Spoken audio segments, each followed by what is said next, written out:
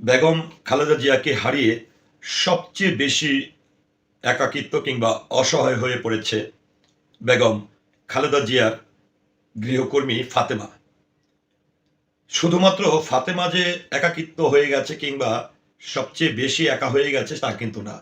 দেশের কোটি কোটি মানুষও কিন্তু একজন বেগম জিয়াকে হারিয়ে অনেকেই বর্তমান রাজনৈতিক যে প্রেক্ষাপট, এই শূন্যতার মাঝে বেগম জিয়াকে অনেক বেশি প্রয়োজন মনে করেছে।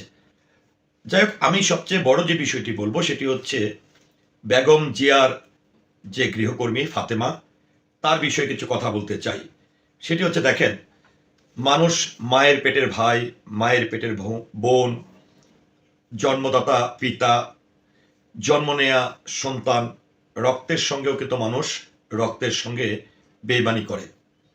যখন কোনো বন্ধু যখন দেখে অন্য একজন বন্ধুর দুঃসময় বা কোনো ধরনের ক্রিটিক্যাল টাইম, তখন সেই বন্ধু পিছন থেকে সরে যায় কিংবা দূরে সরে যায়। কিন্তু একজন ফাতেমা কত বড় দৃষ্টান্তর। এবং আমি বিশেষ করে যেটি বলবো সেটি হচ্ছে, দেখেন, আমরা এই ফাতেমা যখন থেকে আমরা বেগম জিয়ার সঙ্গে সহকর্মী হিসাবে, একজন গৃহকর্মী হিসাবে, বেগম খালেদা জিয়ার প্রত্যেকটি মুহূর্তে যেই মানুষটি জড়িয়ে আছে সেটি হচ্ছে ফাতেমা। আমরা দেখেছি রাজনৈতিক নিজের ব্যক্তিগত স্বার্থের জন্য বিভিন্ন প্রেক্ষাপটের কারণে অনেকেই কিন্তু বেগম জিয়া কিংবা তার দলকে ছেড়ে অন্য দলে যোগদান করেছেন। ব্যক্তি স্বার্থের জন্য অনেক পরিবর্তন এনেছেন, নিজে অনেক পরিবর্ধিত হয়েছেন। কিন্তু একজন ফাতেমা বরাবরই, আমরা যেটি বলবো, আমরা দেখেছিলাম তৎকালীন আওয়ামী লীগ সরকারের আমলে যখন বেগম জিয়ার গুলশানস্থ এই ফিরোজার বাসার সামনে ট্রাক ভর্তি বালির গাড়ি রেখেছিল, তখনও এই ফাতেমাই তার পাশে ছিলেন। বেগম জিয়ার যখন তিনি যখন মামলায় কারাবন্দী হন, তখনও আমরা দেখেছি ফাতেমা চাইলে কারাবন্দী না থেকে সে তার পরিবারের কাছে চলে যেতে পারত, কিন্তু বেগম জিয়ার হাত সে ছাড়েনি। বেগম জিয়ার সঙ্গে যতদিন বেগম জিয়া কারাবন্দী ছিলেন ততদিন পর্যন্ত এই ফাতেমা বেগম খালেদা জিয়ার সঙ্গে ছিলেন। জেল হাজত বলি, বাসা বলি, রাজনৈতিক ময়দানের কথা বলি, খারাপ সময়ের কথা বলি, ভালো সময়ের কথা বলি, প্রত্যেকটি মুহূর্তে প্রত্যেকটি সময়ই ফাতেমাই ছিল বেগম জিয়ার একমাত্র হাতিয়ার।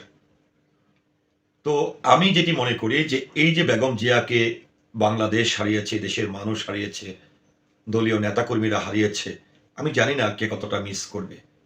আমি মনে করি বেগম জিয়ার যে আদর্শ, সেই জিয়ার আদর্শকে অন্যান্য 10 জন নেতার চেয়ে সবচেয়ে বেশি এই আদর্শকে ধারণ করেছে ফাতেমা। কারণ ফাতেমা কে চায় ভাই যে আমি জেলে যাচ্ছি, আমার জন্য কেউ জেলে থাকবে, আমি জেলে থাকছি, আমার অনেক বয়স হয়েছে, জেল হাজতে থেকে আমার মলমূত্র পরিষ্কার করতে হবে, আমার কাপড় পরিষ্কার করতে হবে, আমার একা একা বেগম জিয়ার মতন একজন দেশনেত্রীর সেবা করতে হবে। যেখানে বেগম জিয়ার মতন একজন নেত্রী, তিনি যখন তার বাসভবনে থাকেন, কত মানুষ থাকে, সেখানে ফাতেমা একাই বেগম খালেদা জিয়াকে নিয়ে সংগ্রাম করেছেন। বেগম খালেদা জিয়াকে ছেড়ে এসে যায়নি। আজকে 30 ডিসেম্বর পৃথিবীর মায়া ত্যাগ করে চলে গেছেন বেগম খালেদা জিয়া। আমি মনে করি বেগম খালেদা জিয়াকে যতগুলো মানুষ মনে রাখবে, বেগম খালেদা জিয়াকে, বেগম খালেদা জিয়ার আদর্শকে যতগুলো মানুষ বুকে ধারণ করেছে, প্রত্যেকটি মানুষ খালেদা জিয়ার সঙ্গে জড়িয়ে একজন গৃহকর্মী ফাতেমাকেও সবাই মনে রাখবে। আমি ভিডিও চিত্রের মাধ্যমে বোন ফাতেমার প্রতি শ্রদ্ধা জ্ঞাপন করছি।